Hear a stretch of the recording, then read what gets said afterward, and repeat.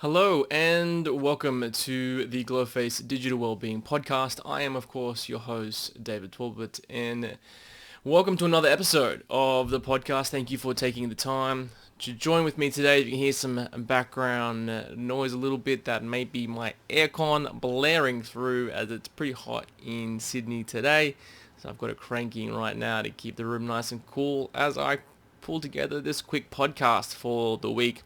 Now, this week's topic is about something a little bit different and something that caught my attention for the last few years about really the explosion in the health and fitness and exercise industry in particular in the last, I'd say 10 to 15 years.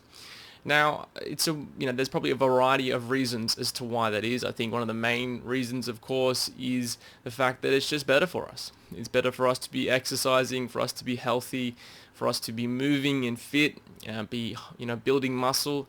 There's certainly a part of it that makes us feel better and makes us feel like we're more productive and it's overall better for our general health and well-being. So a lot of natural, intuitive reasons as to why these industries have really taken off. I mean, it does feel as if there's probably 50 different brands of sports, wear that people, of fitness wear that people can get access to these days have made billionaires out of some people, like the owner of, the Gymshark brand. He's made, $1 billion company out of just fitness apparel.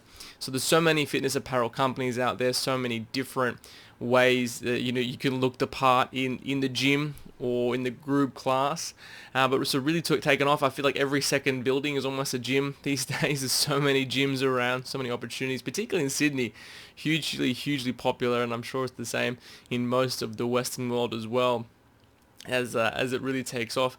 I guess if you take a step back, we can think just some really conceptual reasons as to why this may be. And I guess how does this relate into a podcast about digital well-being? Well, I've got, I guess, two key reasons as to why I think digital well-being and the fitness industry have are correlated, and why you can look at digital well-being as a reason for the explosion of the fitness industry. The first reason is exercise is fundamentally difficult. It's challenging. It's hard to change your body. It's hard to lose weight. It's hard to build muscle. It's a difficult undertaking. It's uncomfortable. You sweat, you move weights, you get your heart rate up to uncomfortable levels, and you just do things that don't feel very good in the short term. However, you sort of enter into this delayed gratification state where you invest time now for something later in the future, which is sort of the antithesis of what we do when we look at social media, when we engage with our screens. Our screens, of course, instant gratification, instant feedback, instant reward, where exercise is definitely not that. Exercise is a long, hard, difficult process of changing your body. And I think in a world that is built around convenience, in a world that is built around making our lives pretty much as easy as humanly possible, we get food delivered, we get people to do our shopping for us, we get, we can sort of live life without having to really, only swipe a few thumbs, so to swipe our thumb a few times. In a world that is ultra convenient, exercise is kind of the opposite of that, right? It's not convenient, it's not easy, it's not simple. It hasn't been revolutionized in some way. It hasn't been disrupted by the technology industry.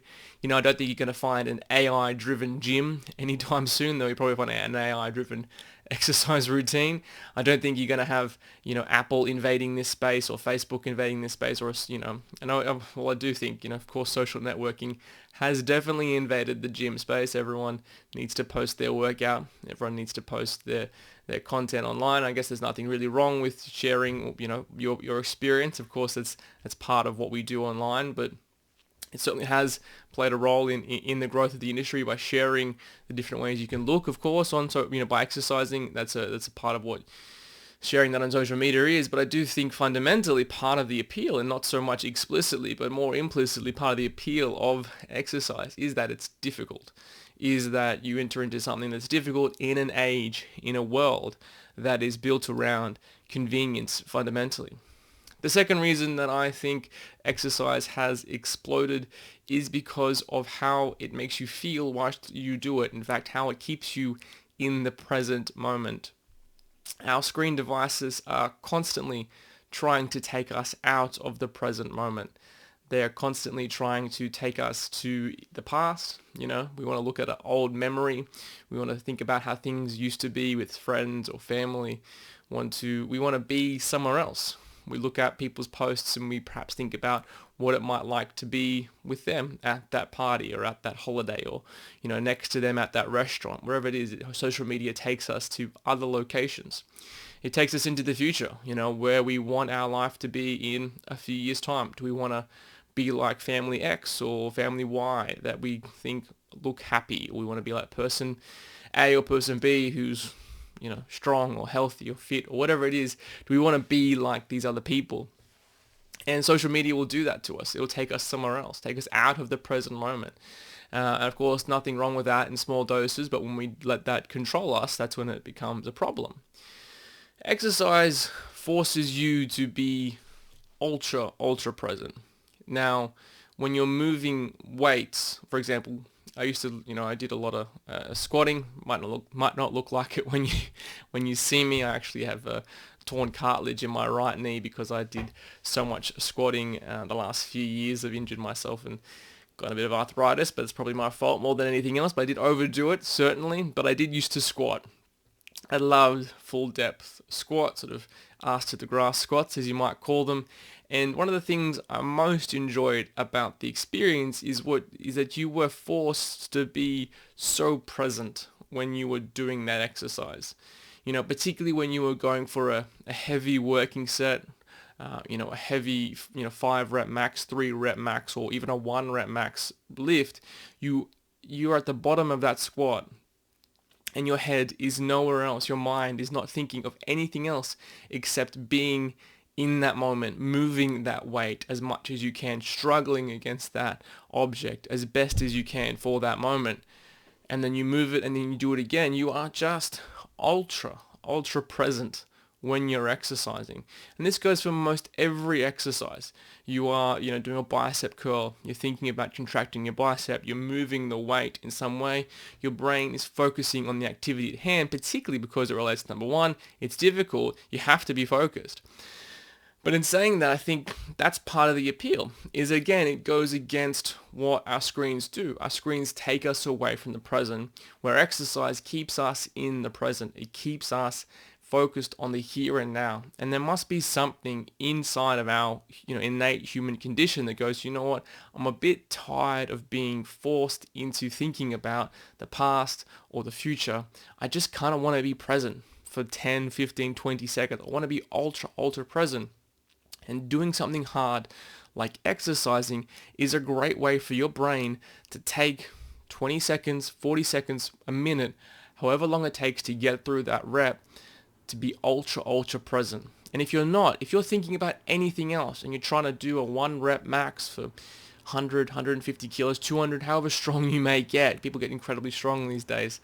But if you ever, whatever the weight is that you're working at, then you have to be present to achieve that goal.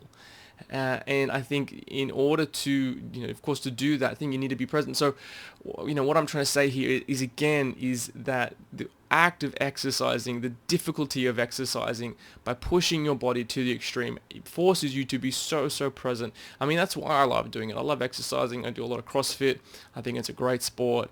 And I think it just keeps me focused, in the moment for 10, 15, 20 minutes. I've got to keep working, I've got to keep moving, and my brain isn't anywhere else. A friend of mine described it as being somewhat meditative. It's like a meditation where you can't think, you can't be interrupted as well. That's another great thing about long, sustained training. If we're doing sets and reps and our phone is next to us, then we're kind of interrupted with our phone between sets and reps. But if you're doing longer workouts, again, these quite popular, the group classes for 45, 60 minutes, group classes in whatever format they may take. Again, really popular with exercise, within the exercise community these days. And again, you can't be called, texted, you choose to be interrupted. You choose to step away from the class and check your phone for Instagram, Facebook notifications, a phone call from someone who knows what it is. But really, it's quite easy for you to step away from that world and say, actually, no, I'm going to be super present right in this workout.